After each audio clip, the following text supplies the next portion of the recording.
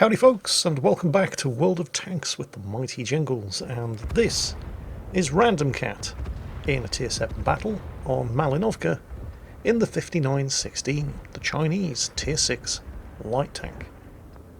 If you were to put together a list of the worst machines in World of Tanks, even after the introduction of the British Tier 7, 8, 9 and 10 light tanks, which would make space at the top of the list extremely crowded, I am still confident that the 5916 would end up in the top 10.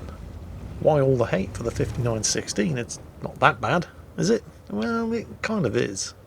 You see, when the 5916 was first introduced into World of Tanks, it was only really good at one thing, and that was passive scouting.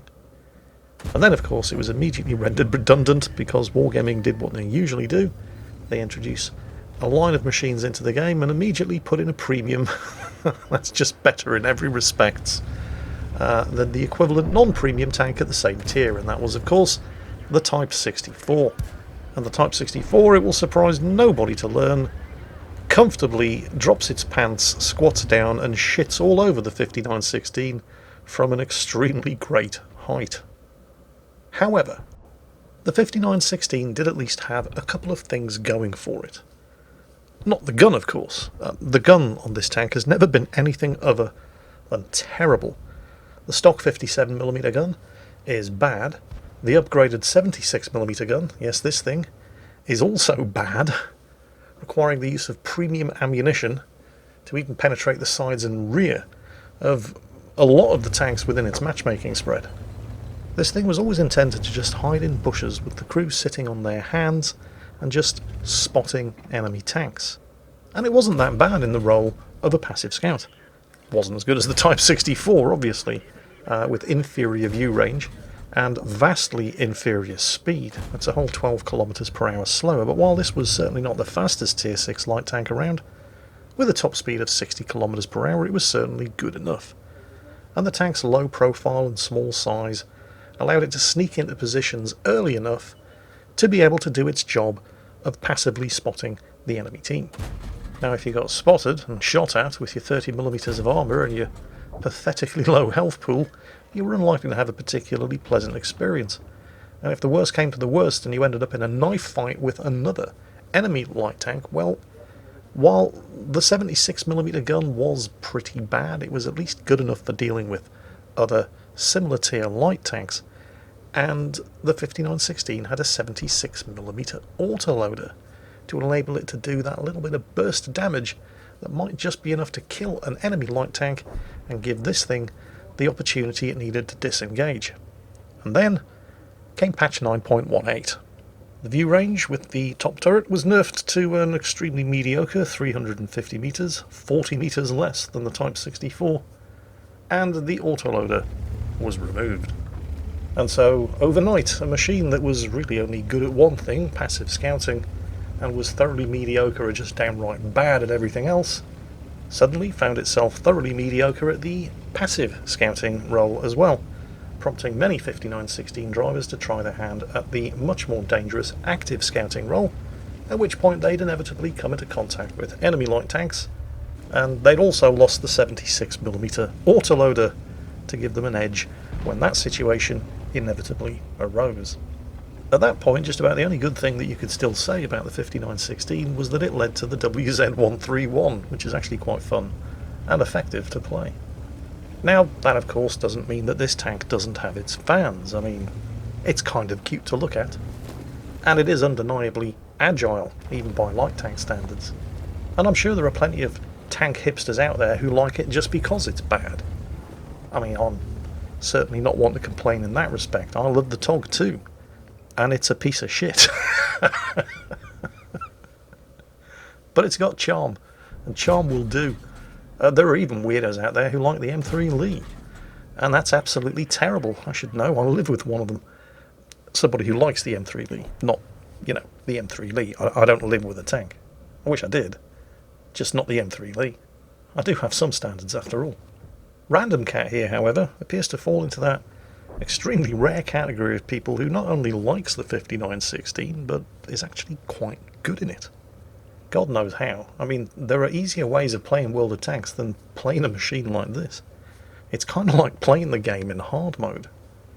I wouldn't be surprised if he's a big fan of the Churchill gun carrier as well. Somebody has to be. It's not like pointy-head Jedi can be the only one. Meanwhile, a pretty bad situation with the team losing 5-8 is about to get a lot worse, as he's just been shot at and spotted by an M4 Sherman, and he couldn't even catch a break there, with the Sherman's 76mm high explosive shell hitting him in the hull, where it was guaranteed to penetrate with its lousy 38mm of penetration, and not in the turret, where he might have gotten away with only taking half of that damage. And while trying to disengage, he also managed to take a hit from the enemy T-67 as well. The team have managed to pull 1 kill back, but they're still down by 2. Random Cat is down to half of his health, and the only friendly tanks that have bothered to leave the base are all getting their arses kicked up here at the top of the hill.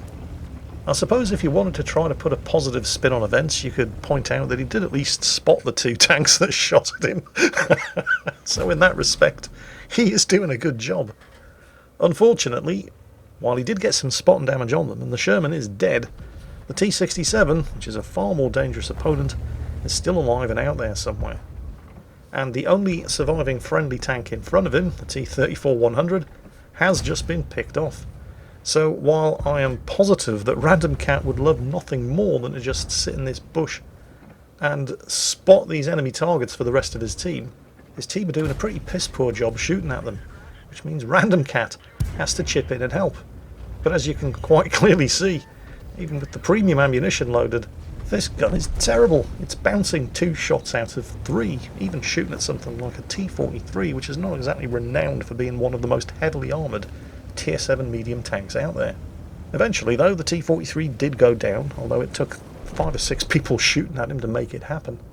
And this is where things start getting really dangerous, with the M10 in front of him, killed, and the enemy team sensing blood in the water, and with victory within their grasp, now pushing in from both directions. The enemy M10 down there was able to get across the field, completely unspotted, and is now wedged into cover, threatening to create a crossfire between himself and the Panzer IV-H, pushing down from the top of the hill, lighting up targets for the multitude of enemy tank destroyers and artillery that still remain unspotted.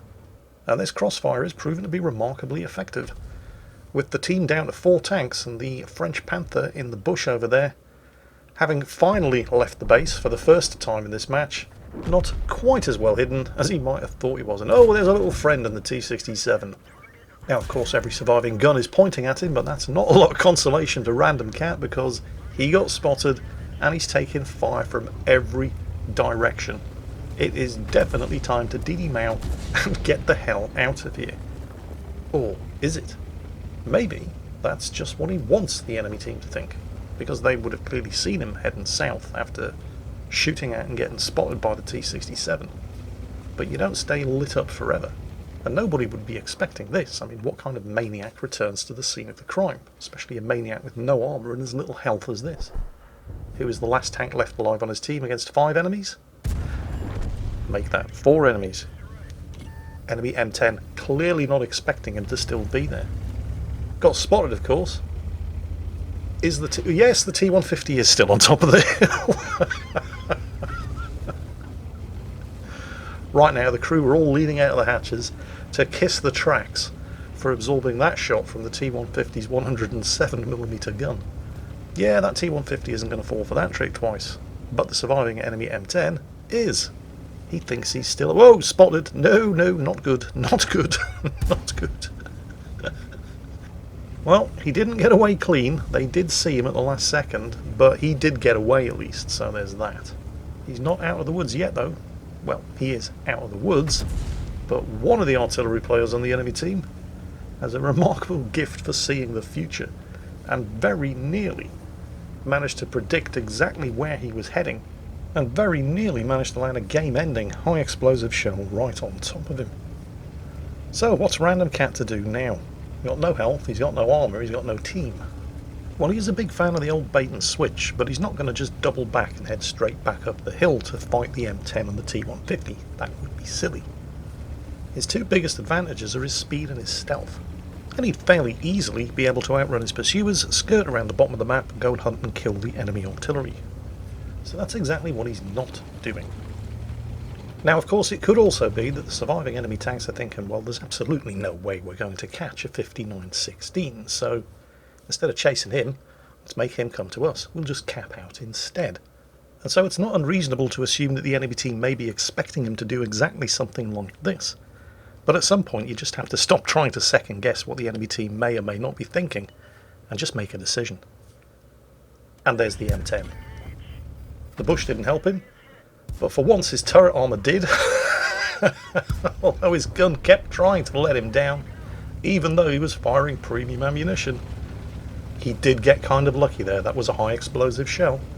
The M10 obviously knows just exactly how terrible the 5916's armour is, but for once the shot actually impacted somewhere that could take it. The turret, which has 45mm of armour. Of course, he can't afford to take many more non-penetrating hits like that with the amount of health he has remaining. Did not get shot at, as far as we can tell, by the T150, however, who has been unspotted for quite some time, but we kind of have to assume, is capping. You see, this is the shitty view range of this thing. Something the size of the T150 managed to make it down the hill and into the cap circle without being seen. And it is a T150, a very, very heavily armoured tank that he now has to kill with this awful gun. However, he is a one-shot, he is sideways on, and as luck would have it, well, there wasn't really anything lucky about it. Random Cat did double bush up there, spotted him, moved into position, 2 bushes obscuring line of sight, took the shot, got the kill, without being spotted. Was it luck that the T150 was facing in the direction required for him to be able to get a side shot?